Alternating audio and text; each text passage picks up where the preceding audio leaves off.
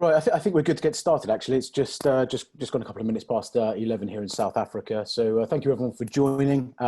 This is the third episode in our six-part series, talking about how we can, as an industry, try and make some sense of what's going on and see whether we can have some plans and put some plans in place for what the future holds. So today we're talking about how to retain control of your fintech and payments business. I hope everyone can see my screen. The agenda this morning, just to quickly run through the 6-week series, then make some introductions to our panel today. We're then going to talk very quickly about the sort of market and quick sector update. And then Nick has kindly put together a number of slides for us, which will talk us through about leading in a crisis. We have some crowdsourced some questions. So rather than doing a Q&A, we'll probably do a Q&A at the end because I'm sure there'll be some follow-up. But there's a number of questions that the community has asked. So we're going to pose those to Nick and Simon and see whether we can get some answers to those. And then a couple of sort of key points really about the investment landscape post COVID-19. What funding options do businesses have, whether it be now or whether it be in the short term? And then again, just follow up with the Q&A. So we're going to keep this for an hour. We're hoping to get through as much as we possibly can. As I said, plenty of time for questions. If you have questions throughout the webinar, feel free to post them on the chat. So as I mentioned, this is the third of the 6-week series. Next up, we have Mirav Harel, who's from BDO, actually based in Israel, but has consulted globally to fintechs, to central banks, and to governments as well. And Mirav's going to be joining us talking through a game plan. Following by that, we're joined by Menli from Intersect in Germany. She leads that as well as being a full-time, well, a part-time career coach, I should say. So she's going to be talking about how we can retain our team during this crazy times. And then finally, we're joined by George Anderson, who is actually my coach, who I've been working with for about a year or so. George is all about resilience and building a resilient culture, and that's where we're going to end the series. So I'm going to move on to this morning. So my name's Darren Franks. I'm the CEO and founder of a business called Talent in the Cloud. Joining me today is Simon Hardy from Findexable. I'm going to let him do his intro in a minute as well. And Nicholas Smalle from Apis Partners, who perhaps, Nick, would you like to start? Tell us a bit about you and a bit about Apis. Yeah, sure, Darren. Thanks for having us on today, and welcome to everyone from whichever living rooms or dining rooms or bedrooms you're dialing in from. So a little bit about Apis Partners. We're about $1 billion private equity fund. We deploy kind of $20 to $50 million investments across financial services in Africa.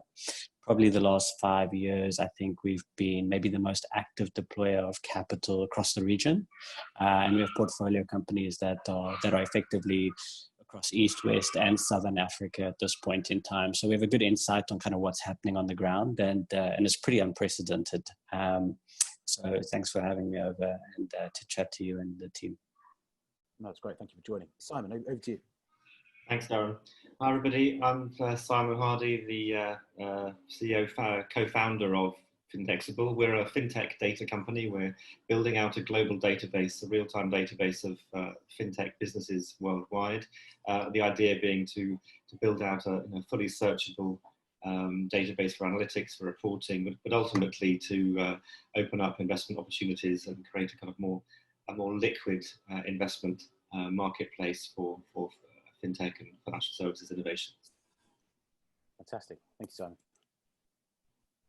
So we're going to start off just by talking through the state of play of the global payments and fintech industry, where we are today in April. I've covered this in quite some detail in the previous 2 webinars that we've run, which are fully available either on our website or on a YouTube channel. So I'm not going to spend too long talking through this. I think there's some pertinent points here. Clearly things have moved a little bit since the beginning of this crisis, but I think some of the key things here really is certainly in the payment sector. They're predicting up to a $210 billion loss in revenue over this period, just due to what's happening and drop in transactions. There was an interesting report that was produced by one of the point of sale companies here in South Africa on the day of lockdown, transactions reduced by 90%. And I don't think they've seen much of an upturn. That particular company has pivoted, and we'll talk about some pivots a bit later on. So hopefully they've managed to increase some volumes elsewhere. But clearly there's been a move away from cash as well, not only because there's a bit of fear around the actual sort of physical contamination of the cash, but also people are forced now to use online payments, which is obviously a good thing for our industry. So we'll see how that pans out over the next sort of 3 to 6 months. There's obviously been a bit of a spike in some e-commerce. I mentioned on the last webinar that there's some products that are literally flying off the shelf. Bread makers are one of the top consumable items that you can't get your hand on for love nor money. There were some other things like weight training equipment as well. So there are certainly some nuances there. But I guess in different locations, different countries, there's certain things you can and can't buy. Obviously here in South Africa, it's extremely restrictive. Hopefully that will get relaxed a little bit over the coming couple of weeks. Simon, Nick, anything on this in terms of what you've seen at the moment? Are we moving from kind of lockdown to countdown? I did take that phrase from someone else, by the way, and I can't remember who, so I can't attribute it to that person, but I thought it was quite apt. I'm very much looking at this as a countdown to some degree of normality. Is that your views, or do you have something else? I mean, maybe I'll jump in. Yeah.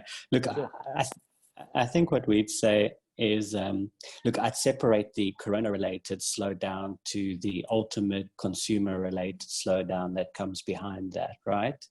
And it's true that I guess as far as coronavirus and the containment of that, we will move down from lockdown through countdown to an eventual opening of the markets. And that will be, 2, 4, 6 weeks, whatever period of time there will be behind that. The unfortunate thing, I think, is that the real pain will come there afterwards. Most of our economies are largely driven either on commodity prices or local consumer demand. Both of those have been significantly impacted. The loss of jobs have been severe, and we're still only at the early stages of that. So, I mean, we look beyond, I think, kind of the immediate aspect around, think about really the detriment of the economy. And I think what we'd be saying is that, we'd see an economy 50 to 70% of pre-COVID volumes over the next 12 months at least, much longer, kind of, I guess, what the industry is calling a swoosh shape recovery. But not the virus, it's about the recession there afterwards. Okay. Yeah, I'd agree with that. I mean, there's this there's this talk of this dance, isn't there, in terms of the actual virus itself, this kind of releasing of restrictions, making it easier to people to go back to work and opening up. But then that's going to lead to a rise, potential rise in infections. So I think what we're going to see is longer term changes in the way people think about doing things, particularly shopping and carrying out their daily lives. But I think also in emerging markets, if you look at a graph in the FT yesterday, which tracked financial withdrawals from emerging markets, coronavirus versus 2008 versus 2000, and the sort of emerging markets crash of the late 90s, and the numbers are scary. There's a lot more money has been taken out of emerging market funds this time at a much faster pace than previous, and that's going to play out in all manner of ways across all emerging regions. Absolutely, I would certainly agree with that. So we're going to talk today about retaining control of your business, whether that be a fintech or payments or associated. And I think there are a number of areas that we can control, or you can control, and there are a number of others that obviously are beyond anyone's control or sphere of control. So if we look at sort of the core areas of a traditional business, so we have the sales and marketing, human resources, operations, support, fraud and risk, and then finance, which I think we'd like to spend a bit more time talking through today. Nick, from your side, is there anything else that one can control within a business, aside from what I've mentioned here, or is there anything you'd like to elaborate on before we move on to the finance side of this? I mean, we can pick this up a little bit in where we talk about later on, but I mean, these are your kind of effective spheres of control. Yeah, okay. Perfect. So I'm going to hand over now to Nick, who's been very, very kind in sharing a deck with us that they use for their portfolio companies and have used over the last few weeks in order to help them get through this crisis. So Nick, over to you. Just give me a nod when you want me to move on slide by slide. Shall I move to the first one? Yes, please. Yeah, okay. So just for kind of everyone, I mean, ultimately, when we're thinking about scenario planning, we are ultimately assessing that against a plan. And so we've spent a lot of time with our executive teams in our various portfolio companies to effectively model what we think would be a kind of potential trajectory of Corona and then the subsequent recession related to that. I mean, I think the guiding principle is, prepare for the worst and hope for the best. But that is really kind of where we would take it. So maybe just to kind of go on to, the slide. I think a key thing, obviously, and you can turn on to the next slide, Darren, from this, is around the fact that we are, obviously still seeing a significant spike overall within the various corona-related diseases, but really the impact is kind of filtering through in, I guess, 3 stages, right? And one was obviously China, which was much better contained. Now we see the US and Europe, where there's sufficient fiscal headroom to support the economy, and I'm sure many of you have read about the multi-trillion-dollar fiscal stimuluses that have been provided to small to medium-sized businesses, consumers, and I read today just in the UK, even startups are provided a £1.8 billion pool of capital. And then therefore you move on to kind of the third space, which is emerging markets, where I think with regards to kind of, let's say, the pathogenicity of the disease, there's a lot of indications that say because of early stage vaccinations like BCG, because of a warmer climate, we might not see the same degree of pathogenicity. But the most important thing is that the fiscal headroom that is available to consumers as well as governments is much, much more narrow than you would see in the developed markets. And that's where we're really focused on kind of what businesses would be able to do. An interesting statistic, for example, is that the average SMB only has sufficient amounts of cash to stay open for about 45 days. So once you start getting over this period of time, actually you're in a situation where those businesses haven't got enough cash to restart. And regardless of what happens with regard to a lockdown, those businesses will be kind of perpetually out of trading. And so that's why we do think that the peak in emerging markets could be kind of quite severe, not to the disease, but to the economic fallout. On to the next one, Darren. Yeah, I mean, this is just a quick context about, the US unemployment, and I think that we'll see this replicated almost in any other market. And the short story here is that the degree of workers being driven through unemployment and furloughed is really, unprecedented. Obviously, the knock-on demand here is that, if you use an economy like South Africa, about 70% of local GDP is driven by consumption. What isn't driven by consumption is driven by exports. Those exports are either soft or hard in nature and are mainly to developed markets. So there is a kind of knock-on effect here that happens through really taking US and European consumers effectively out of the global context. So, in 1 month, we've effectively undone 12 years of employment in the US. Wow. Next slide. And so you see this in terms of the institutional flows in the emerging markets, and Simon was talking to this, but effectively when we see investors with at least in something like a liquid asset like fixed income, outflows in fixed income, again, have been unprecedented, much, much more than the global financial crisis at any point about this. So this is a complete risk-off environment. Again, many of the markets have seen the treasury bills kind of soar 200, 300, 400 basis points. And that's kind of where money is being allocated today. And this obviously has a knock-on impact, right? What's happening in fixed income is happening in equity, is happening in the startup land, is happening to investors' exposures to limited partners and GPs, and therefore their ability to fund businesses. Thanks. The joys. You got an audience. I do. I have a crazy 2-year-old, yeah. Somebody's not happy with the outflows. He's not happy about that at all. On to the next slide, Darren. And then, so we talk about, I mean, so no doubt that what we see in front of us is unprecedented, but how long should we be thinking about the type of recovery that we see in front of us? And so, you guys have all heard different types of acronyms or letters, L-shaped, V-shaped, U-shaped, Swiss-shaped, whatever.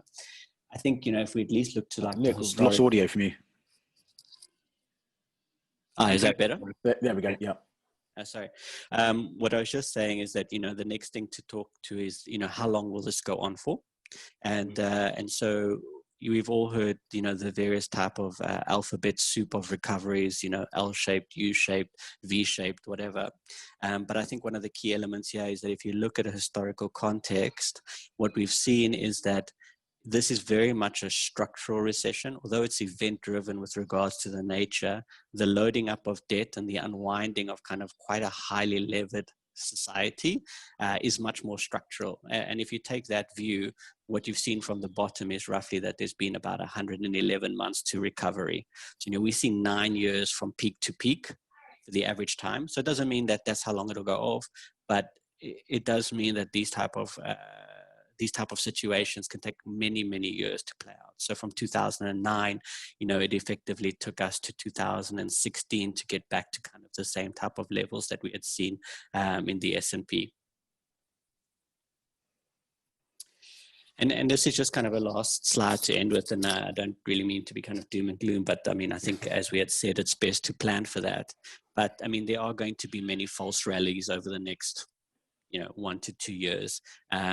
The classic kind of saying is that it's not a bear market without a bull trap, and that's 100% accurate. So, we will see narratives around kind of the reversion, potentially picking up, a bottoming out of the market. But markets will take some time to find their kind of bottom. And so, ultimately, I think when you take all these things in context, and I'll wrap this up at this point in time, is that, we really are telling our executives to firstly focus on liquidity over the next 3 months, need to survive and have sufficient amounts of cash. Then we're talking to them around restructuring their business operations to run on a leaner model so that they can extend whatever runway or whatever profitability they have there afterwards. And then afterwards, we're talking to them around really trying to take the offensive and thinking about that the market that they will operate into will not have a surfeit of capital supporting kind of poor business models, but that the stronger kind of businesses will ultimately emerge. And so if you actually move on to the next section, Darren, what we'll do, and I'm happy to share this with everyone who's joining, but we have kind of spent a bit of time with our executives to give them, just a rough and ready framework of how to think about this. And really the thing is that it's very much as Darren had mentioned, which is what is in your control and what is the impact on your business. And immediately in the next 30, 60 days, you need to focus on the things that have a high impact on your business and are in your control. So this is costs, like extension of receivables, debtors, etc. Then you need to start figuring things that are outside of your sphere of control, but that do have a high impact on your business. Things like funding, the market you operate in, etc. And you need to delegate things that are within your sphere of control, but have a lower impact. And this should be put out to your executive team or your N-2s according to that. And this should all be wrapped up in a crisis management kind of framework, where really it's all about communicating within your executive teams on a much, much more frequent basis, and having key check-ins on this to kind of really survive what is quite a difficult time. Below this, and if you go on to the next slide, Darren, we've taken these kind of aspects into, well, what do we specifically mean with regards to liquidity, financial structures, legal, regulatory, etc. And again, we'd make this available there afterwards. So with projects, what do we mean? We need to put a break on all projects, put a list on everything on the table, review and prioritize, stop loss making initiatives. And really, this is what we've taken our executives through in the first 2 weeks, just to get a handle on the business, and thereafter make plans from that. Okay, thank you. Nick, just a question for you before we go into some of the other questions or some of the other points we've raised. Obviously, engaging with your executive team, where typically they've probably been in an office environment. Everyone, as you mentioned, is either in their bedrooms or in their living rooms or in their sheds. How difficult is that, and what challenges does that pose when you're dealing with something so fundamental like this and such a massive impact? Business continuity has not been an issue. I must say, I think that one thing we've learned from technology-focused businesses is that, we're not banks, we're not insurers. When lockdowns were put in force, yes, there was some change that was required, but on the whole, most of the business successfully executed.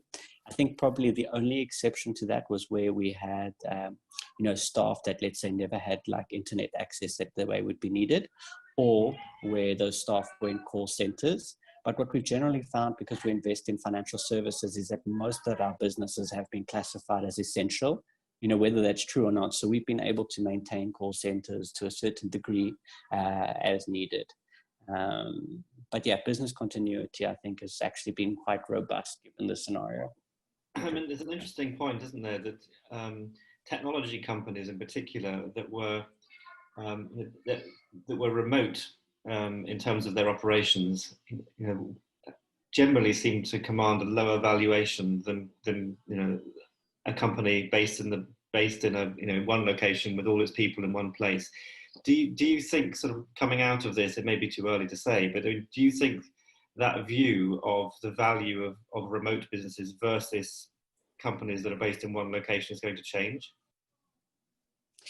I don't actually. I mean, I think that at least from what we've seen, I mean, we have companies that are fully remote, and have sailed through this. I think about a business like Tatuka, where we're invested to, and they have, staff effectively globally. I mean, I think where investors are focusing is on the business model and unit economics, right? And that the staff complement would actually play less of an importance going forward to where you're based. Maybe at the edges, investors will start to think that, not having kind of an office is an acceptable solution, but I really think that's going to be at the margins of any investment decision going ahead. And from the market sort of rally and re-rally, do you get a sense of how far, are we have we reached the bottom, a floor, or is there a kind of dead cat bounce scenario we might see another dip? I mean, I'd be making much more money if I knew the real answer to that. So, look, I think what we can say is that generally, what we've seen in judging by the past is that, for the type of unemployment figures we're seeing, for the type of contraction in GDP that we're seeing, we should see a much deeper reduction in stock markets over the period of time, right? So, I mean, the S&P is now really only down about 15 to 17% from a peak. So, I mean, I'm saying I don't know, but judging by past behavior, it would seem that, there's still a ways to go down. Yeah. I was reading this morning, probably at 4 o'clock this morning, because the hours just roll into one at the moment. But the oil price, certainly in the US, I mean, it's now a negative figure. I mean, that's minus 37, madness. I think. Yeah. Last night. What sort of impact is that going to have if we talk about sort of a macro level? So I think, look, I mean, the volatility that we see in the markets, what that's going to mean, I think, for most of the people on the call is that, the pool of capitals you have available to you has narrowed significantly. So, in an up market, what you find is that you have many people who are either able to raise fund or access funds and can kind of, build an investment mandate around that. In a volatile market like this, those pools of capital are going to narrow. So where before, let's say you would have, due diligence with 30 investors, it's going to be 15 investors now, or 10. And it's going to be investors who this is clearly on their mandate. You are in the right market, the right sector, the right area. What I see from all investors is a complete pullback to what they know. I mean, at the end of the day, private equity and VC is sitting on a record amount of dry powder. Their job is to deploy, but they are deploying kind of close to home and what they do know. And they're deploying it into business models where both on pricing as well as on understanding the underlying business and unit economics, they're much more diligent on than they were past. I think the downside for Africa is that, if you look at how much capital is deployed in the continent, a lot of the times we are kind of the edge case with regards to investment. The purely Africa-focused late stage and early stage VC pools are small relative to, let's say, the Chinese or Japanese money or the occasional large US fund that's coming in. and that money is going to be much, much more difficult to get there. So whether it's the oil markets, the S&P, the VIX, that volatility in an investor's lens just means they're going to pull back to things they know and understand better. Are you seeing that the deployment of capital is going into existing portfolio companies, propping them up, as opposed to making new investments? What's your view on that? 100%. Yeah. I mean, so most of the peers we talk to, ourselves included, we're working with our portfolio companies to I wouldn't say prop them up, but to manage the situation. There is a real benefit to having a supportive backer during this period of time, because you can effectively share if your business model is right. Most kind of investors are supporting their portfolio, and I also think it means that if you're fundraising at this point in time, you have to be cognizant that people are at home and they have a lot of time on their hands, but that their priority is going to be on their portfolio. So what we, at least when we're talking to companies, is we try and have quick no's at the moment, because we know that people's time is valuable, and that really they don't want to go down a dead end and kind of go around fishing. And I would encourage kind of any company in this space to think about that your time and the availability of cash that you have is supremely valuable. You need to get to know those really, really quickly. Thank you. So I'm going to move on to some questions that we've kind of crowdsourced. And apologies for that blurry image on the left-hand side. I just couldn't resist putting that in. I saw that last night on LinkedIn. So I'm going to pick a couple of them. We'll see how many we get through. But you mentioned earlier on about sort of a large proportion of companies having sort of 45 days of sort of cash or headroom. What would you say a business should typically have? Is there a general rule here? Obviously, it depends business to business and how liquid they are. But is there some sort of guidance you can give, Nick? So, I mean, when I say that, I would mean this would be small to medium-sized businesses like restaurants, right, that don't have investors behind them. But ultimately, they're customers for many of us, right? So whether you're in the acquiring space or the payment space, their demise is, ultimately going to take a knock on yours. So I don't think many of the businesses that would be on the line now would be in a similar type of situation. But, I mean, if you have a J curve and you're still funding losses, what we've generally seen is your range of kind of cash would be anything from 8 months to 18 months. I mean, that's the typical amount you'd be raising. And embedded in that would be a growth trajectory, a hiring trajectory, etc. So when you put that all on halt, so we're not even talking about kind of taking costs out, we're just talking about not incurring fees. You're going to take that 8 to 18 months and you're going to stretch that to roughly 12 to 13 months. And that should be the first kind of point of call. So sure. I would imagine that most businesses we're talking to are going to be in that 12 to 13 months kind of cash flow range. Is that what, I'm not going to ask you for a recommendation. I mean, but, your first question is, should you cut deep and cut fast? Yeah. Yeah, sorry, Nick. Yeah, please go ahead. So there's a bit of a delay on the line. Sorry.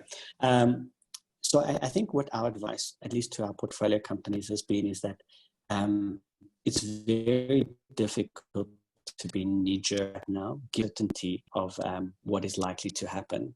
But at the same time, you can't kind of sit on your hands and wait. So our general playbook has been to obviously stop all non-essential hiring. Sorry about that, Darren. I know that's not in your best interest. But that would be one key element of that. Also, all non-essential spend on capital products have also been pushed out, etc. So that would be one element. So we're taking all future costs out of the business.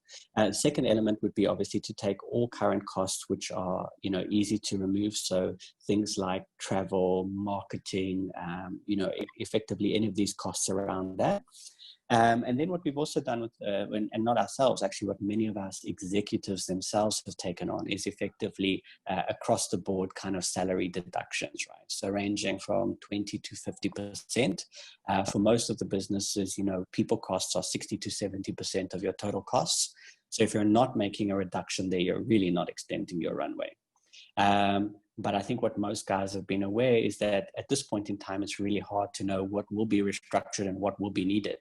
And so the average executive has probably taken 3 months of salary reduction across their executive team and their junior staff, and is using that 3 months and that buffer to strategize around how to restructure their business operation should kind of, their client base not open up. So, an example would be, if you're operating in South Africa and day 2 or 3 after the lockdown, you find out that 25% of your clients are not open, then you can then think about how do you need to right size your business operations. And so, good executives are optimizing their businesses now by conserving cash, but retaining optionality.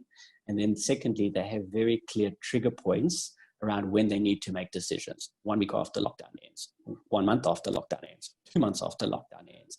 And all of it is around retaining and managing that liquidity in their business as a whole. Great, thank you. Some really good tips in there. Thank you, Nick. We probably already touched on, the best way to optimize costs. So, looking at that matrix you put together and prioritizing, which ones you can tackle straight away, and which perhaps you can give a slightly longer term view to. But let's just talk, if we can, about some of the, this was a question that actually 3 separate people asked me in terms of what sort of traits does a founder, an entrepreneur, an executive within a business or leading a business during these times, what sort of traits they need to have. And Nick, we mentioned yesterday, there's probably a few people on this call who are leading businesses that have never been through a recession before, or this is the first time that they've led a business through a recession. What sort of tips or advice would you give? And Simon, feel free to chip in on this as well. Yeah. So, I'll give you a bit of a sense. I think the first and foremost is that the good CEOs make decisions. They realize they don't have all the information available to their hands, and that the information is uncertain. But the best executives we have try and make a decision on the information based in front of them, and understand the trade-offs between making a decision. A perfect decision made 1 month late is effectively a bad decision. So I think that's one key thing. So that bravery, I think, needs to be embedded. Second thing is transparency. Your staff understand that we are in unprecedented times. And so, controlling this and keeping the narrative very close to the executive team is really kind of not useful. And so that transparency across the organization and the ability to pull people together, I think, is very, very critical. And good leaders, I think, know how to balance the fact that they need to be transparent with their staff, but they need not to share so much information that your staff effectively go into a tailspin and are unable to operate, right? And there's a very fine balance between those two aspects. I think that's a key element around that to do it. And then I think a third thing is that good CEOs realize that, they need to actually pull in experts from their business to help them make these decisions. So what I mean by that is, your CFO, it's not just about reducing costs, it's about optimizing working capital, right? He needs to understand which suppliers he can call to push out payables, which debtors he can call to push in receivables, etc., right? And so, I think good executives will lean on their kind of key lieutenants and bring them into the decision-making in a very rapid and iterative way. That I think is very much kind of the key thing around here. Again, our focus has been very much on liquidity. So making it through the next 3 months so that you can strategize how the world looks there afterwards, and plan from there. Great. Yeah. Simon, anything to add onto that? Well, I'd agree, wholeheartedly with everything you said there. We published, actually, and I'm happy to share it, Darren, with you and the guys on the call. We published a kind of CFO top 10, a sort of 10 sort of key tips, which are, a lot of what we've just said, what you just said there is included. I think the balance is absolutely right. And, certainly bravery, but the humility around these sort of situations. I think what's really interesting is the kind of the human side that's sort of being forced out of us because of this. We're working from home, so there are kids and pets, and vacuum cleaners in the background. But use that. There's an opportunity to use that to kind of relate to your staff and your teams. To connect with them.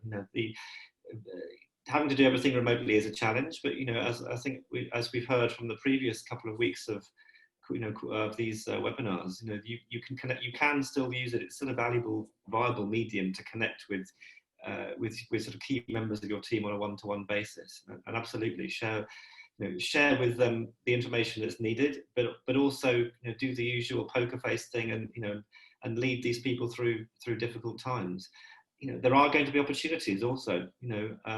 Providing you're not in a desperate bid for cash, and you have got resources at your disposal, or an ability to look at new opportunities. There are substantial opportunities that will come out of this, and start to galvanize your team around what those might be, because it's not all, there's a lot of doom and gloom out there, but a lot of that is because of the uncertainty, and we will come out of this, and as the world starts to reopen, people will start to see that yes, there are some opportunities, and there are things, particularly if you're in technology, that you can adjust and adapt to.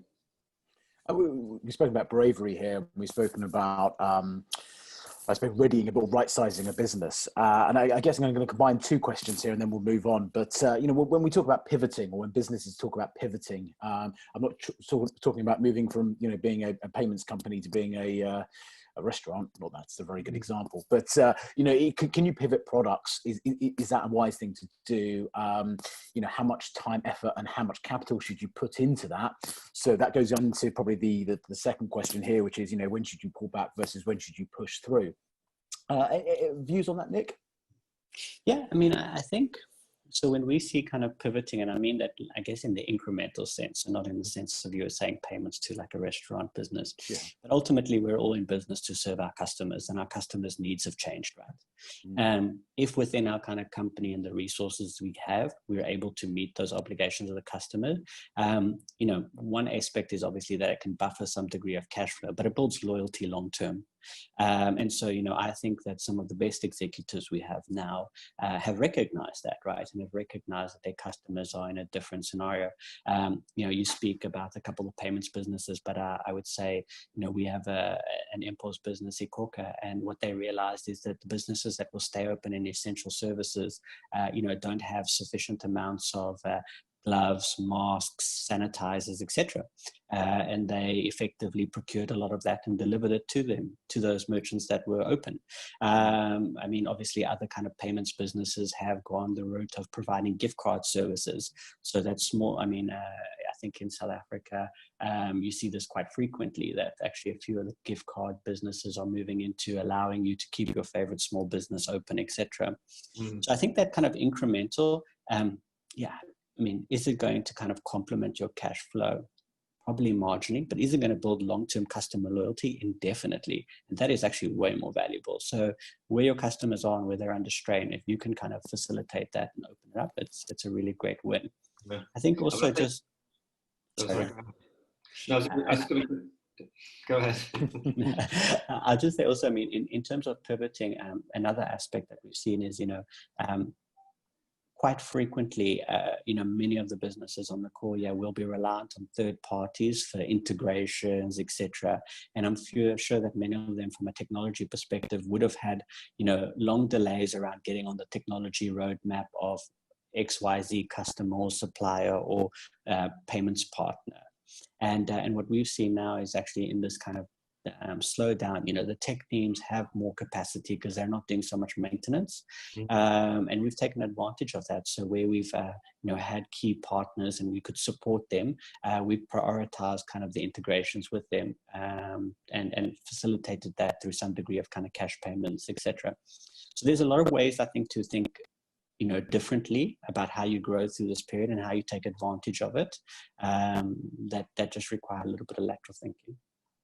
Yeah, on the pivot front, it absolutely. You mentioned earlier about taking out costs. The really difficult thing, for us as a small company, for example, is knowing obviously where to focus in this sort of time, but also knowing that that sales, that direct sales, aren't really an option.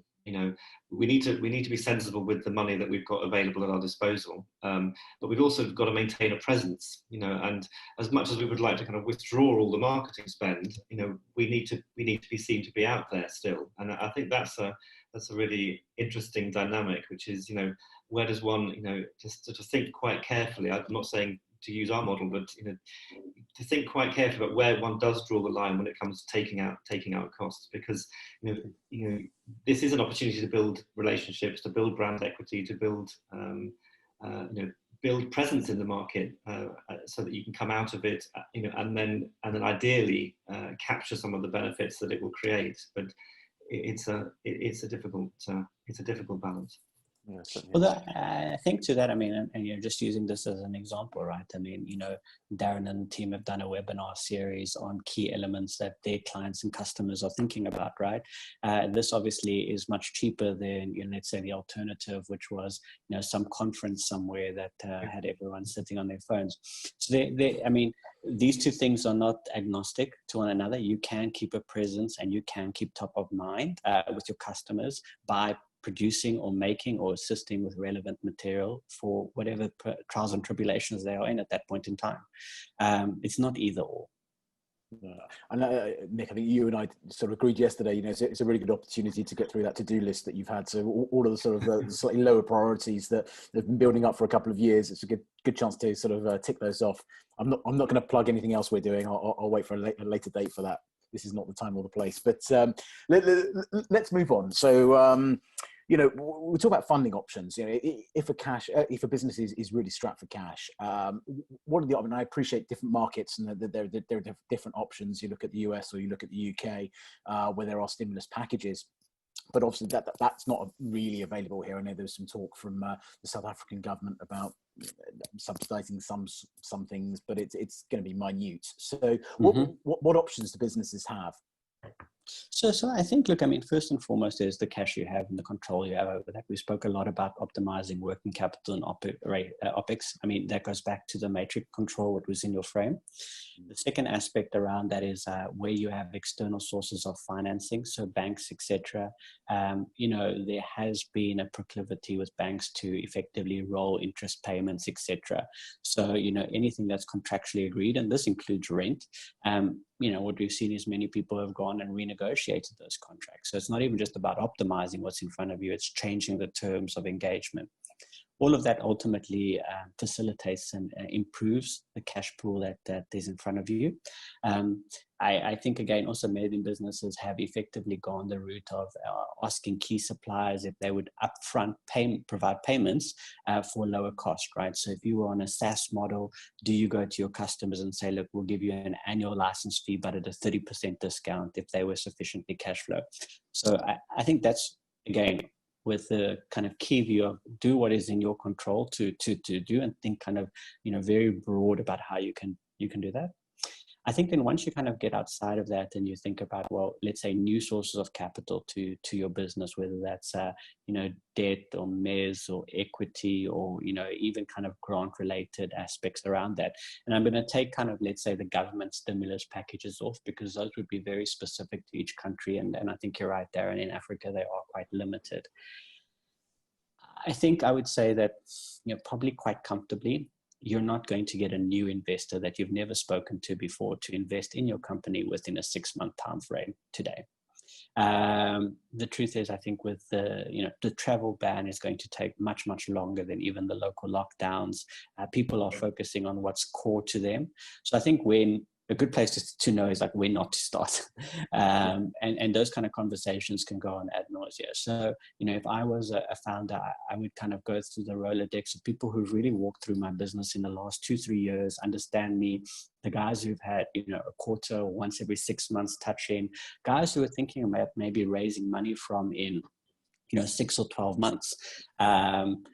Those are the people that you need to be kind of talking to and building a relationship with today now. Then I think the second thing, it obviously comes to what type of terms. Cost of risk has gone up, valuations have gone down. I mean, I think across various markets, different markets reset at different expectations in terms of pricing. The US market, for example, very quick because of the amount of deals in the market. We find generally emerging markets actually reset pricing quite slowly.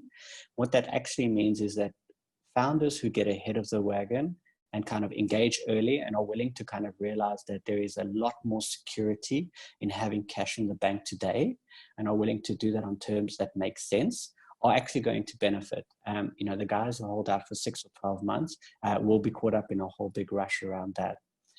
It doesn't mean you have to kind of give up views around valuation, etc. But I do think that, this is when you need to start engaging your CFO and your team about kind of structured equity, etc. So either where, if you overperform over the period of time, you change the valuation retrospectively, or you have effectively a milestone-based payments where, you get something over the first 6 months, etc. It's all about ultimately is who's taking what risk. And so I'll give you a very clear example of what we're doing here at Apis is that we have businesses that say, look, we don't know how long Corona is going to go on for, 3 months, 6 months, 12 months, but we have a good business model and we're structurally advantaged and we want to take advantage of that. And so a very kind of transparent conversation between us and them is like, well, who is taking the Corona risk? If the economy, let's say, is 3 times worse than we expect, should we take that risk or do you want to take that risk? And ultimately, there's an impact on timing, because the more you force an investor to take the risk, the more they're going to wait in terms of doing the timing. And so we've just been very clear with guys to say, well, look, we will deploy quickly if you're willing to internalize that risk. And what that means is you need to come up with a new business model that takes Corona into account. You need to put that in front of us and be clear about what the milestones and objectives you hit. And if you hit them, then we'll play catch up on the valuation later. And so we're happy to invest quickly in businesses that can outperform structurally through Corona, and effectively move that along. And ultimately, each entrepreneur needs to make that trade-off themselves. But I would say, if you think the investors are going to make that trade-off, what you'll find is that the funding rounds are going to drag. And now you may be in a position where that's actually something you can accept. Fine, then don't take the discount. But if it's not, it is just always about risk transfer and who's taking what risk. And there's always a legal way or contractual way to move those risks around in a way that optimizes what's most important for the business now. What sort of, Nick, what sort of opportunities are you interested in? Or another way, at what point do you think would you start to look at opportunities in a more serious way? So we're actually very active now. I mean, I think honestly for Apis Partners, this is a great time. I don't mean to be cavalier, but the benefit of being sector-specific experts, or let's say not experts, but let's say proclaimants of that, is that we do have a view on what business models we like. We do have a view on what business models are structurally aligned with kind of, let's say, the way economies are moving. And we think that, once Corona blows over, probably your business plan is 1 to 2 years behind where it was, but you're still there, right? And those are still kind of advantaged businesses. So right now we're investing in businesses we're very long on the online payment space. We're very long on the acquiring space. We're very long on the integration of various SMB tools. So whether you're an independent software vendor that's rolling in payments, or whether you're effectively a table-based POS, these are all things that we think are the direction of travel. And so we will be quite comfortably kind of invest there today without really worrying about it. I think what we do see, and again, this comes to, is that investors are retreating to their core. So this is our core, right? Emerging market financial services. Where we're not looking is where we were, let's say, in the past doing stuff like a bit more peripheral, micro insurance, business models that haven't really been proved yet. So even in our business, we're seeing that. And so, the same is true for, our peers who, let's say, were US-based funds investing globally. They're much more focused on the US market or the European market now than they would be on the African market. Mm-hmm. And are you seeing any sort of interesting patterns between one emerging region and another? Any sort of synergies? I mean, not particularly. Look, I think the kind of trends that behind that were there before, especially in the payment space, are well embedded and aligned. I mean, if anyone looks at like FinTech investment, it's the reason everyone's on the call here, right? In the last several years, it's been kind of it's been well understood that this is a key trajectory and trend. I think where we are more focusing in about is like, what has COVID done that structurally changes business models that, let's say, weren't as advanced as, let's say, financial technology? And so then we look at things like the digitization of education, government, healthcare. These are probably three areas where, from a regulatory perspective, there was too much red tape and inability of consumers to actually step into that we think would change, right? So if you were providing payments to those type of businesses, there may be new options to you. But I think that, like I said, COVID probably pushes everyone's business plan out 2 years, but doesn't change the nature of the travel. Right, thank you. I'm going to move on to the last question and then open up if anyone's got any questions. So if we look 1 year, maybe 2 years, however long this thing is going to go on for, you may have answered this already, Nick, but what do you feel that the landscape's going to look like for investment post that? You mentioned valuations are probably going to be suppressed somewhat. At what point do you think we're going to see a rebound? Do you think there's going to be a different appetite for investment? Obviously, Apis Partners is actively searching for opportunities. Is that the same across peers, across VCs, across angels? What are you seeing now, and how do you think that's going to change? Yeah, so I think realistically, I mean, the way, obviously, if we take the big pools of capital, private equity, VC, high net worth individuals, the truth is for the two of those pools, so private equity and VC, most of the money has already been raised, right? And the truth is, I think that 2017 through to 2020 was maybe some of the best times in terms of raising capital in our industry. And many of those guys have not deployed. So there's a lot of dry powder, in fact, a record amount of dry powder that's sitting on kind of the sidelines. This is on a global basis. So I would say that, over the next 24 months to 30 months, deals will continue to be done. They will be more structured. There will be different valuations. There will be capital to be deployed. Where you'll start to see a dip is probably, let's say, 24 months or 36 months there afterwards, because people who are raising money now in this market are going to battle. And those would have naturally been the people to deploy in like roughly 36 months. So that's why I think, now is a good time if you're an entrepreneur to get ahead of the race, kind of raise capital over those 24 months, because, our industry is going to struggle. We're always a lagging indicator in 24, 30 months from now. And thereafter, depending on kind of the speed of the recovery and the depth of the recovery, we'll probably see a bit of a bounce back. I would say that this is global in nature. I think realistically that the truth is that a lot of GPs in Africa have struggled in the last 2-3 years. I think about kind of our peers at other private equity funds. Their returns have not been that strong. The ability to raise money in good times has not been that high. So, I would say that there's probably a decent amount of capital if you're raising $1 to $10 million. If you're looking to do more of that, that pool is quite small right now, I'd say. Okay. Thank you. I'm going to open up to any questions if anyone has any questions. There we go. We've got a couple coming through already.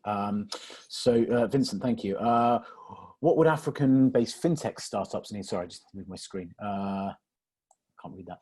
What would African fintech startups need to do better, or rather improve on, to easily and affordably access funding and investment even during the pandemic period?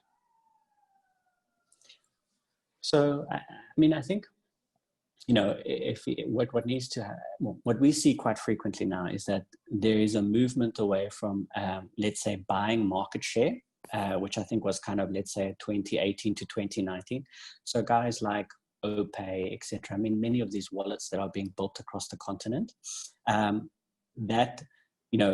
fund the CAC for 2 to 3 years, and then let's build a ubiquitous network that we can then monetize. I think if you were in that type of business model that effectively relied on another 2 to 3 rounds of fundraising ahead of you, I would get out of that. I think where you need to get to a business is where, you have very clear CAC, you have a quick ROI, or let's say break even on that CAC. We're talking 9 to 15 months, and you have kind of a churn rate that's manageable against that. So what you'll see is, I think investors are going to focus much, much more on the business as it is today and the unit economics as they are today or will be in the short order, rather than there's 150 million people in Nigeria and it's a great opportunity and it's tigers rising or lions rising, whatever McKinsey writes about that kind of stuff. I think those kind of pie in the sky stuff is just, those businesses are not going to be funded. And if you go to investors pitching that, they're not going to listen. Thank you. Is there any other questions? Vincent, I hope that answered yours.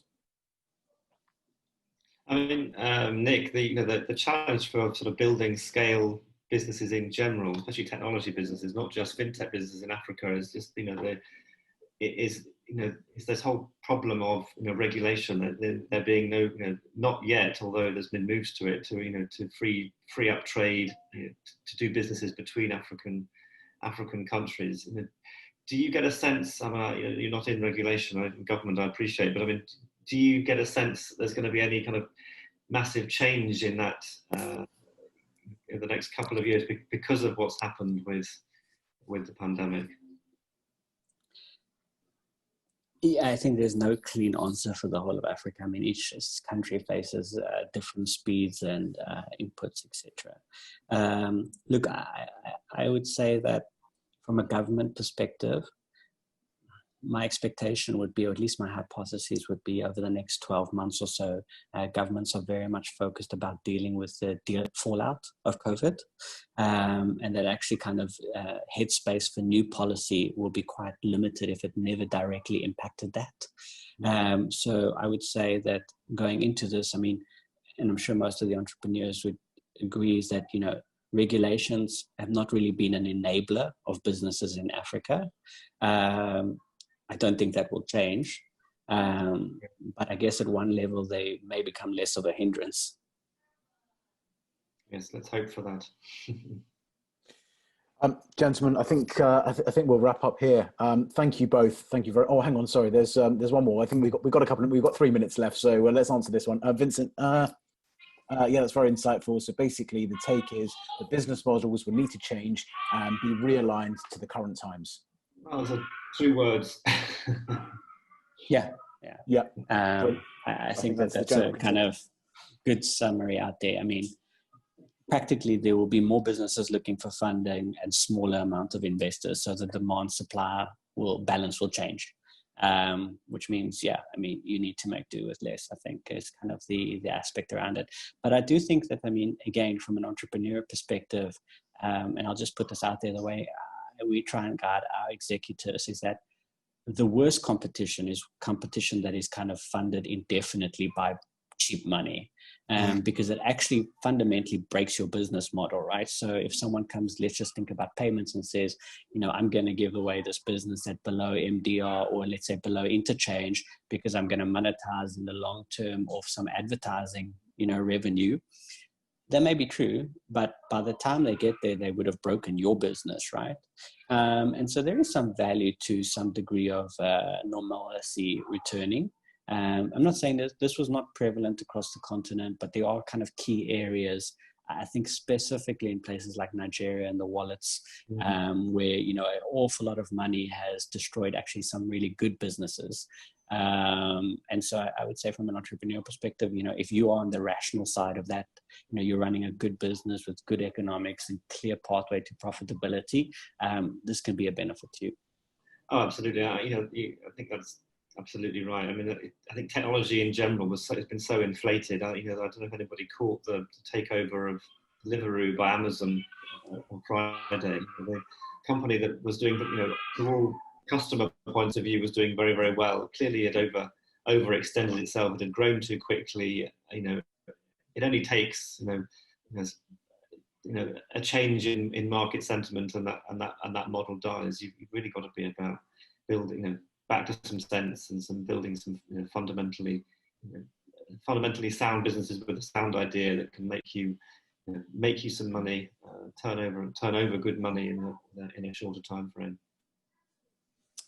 I think just last thing, good luck to all the guys on the call. I mean, you people are all at the coal face, so I'm fully aware that sitting in the ivory tower is a little bit easier. So we wouldn't be building our business without the hard grit of people really building kind of with their customers. So appreciate the trying times, and as mentioned, if anyone wants to reach out to me or discuss anything, we're available to talk anytime.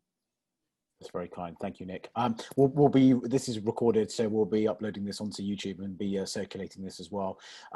Nick, thank you very much for your time. It sounds like it's probably feeding time at your house. Simon, thank you very much for joining all the way from Israel, albeit communications really don't make a difference where we are at the moment. But gentlemen, thank you. Thank you to everyone for joining as well. I hope you found this as insightful as I did, and hopefully we'll see you next week. Thank you very much. Thanks, Darren. Thanks, Nick. Take care. Bye-bye.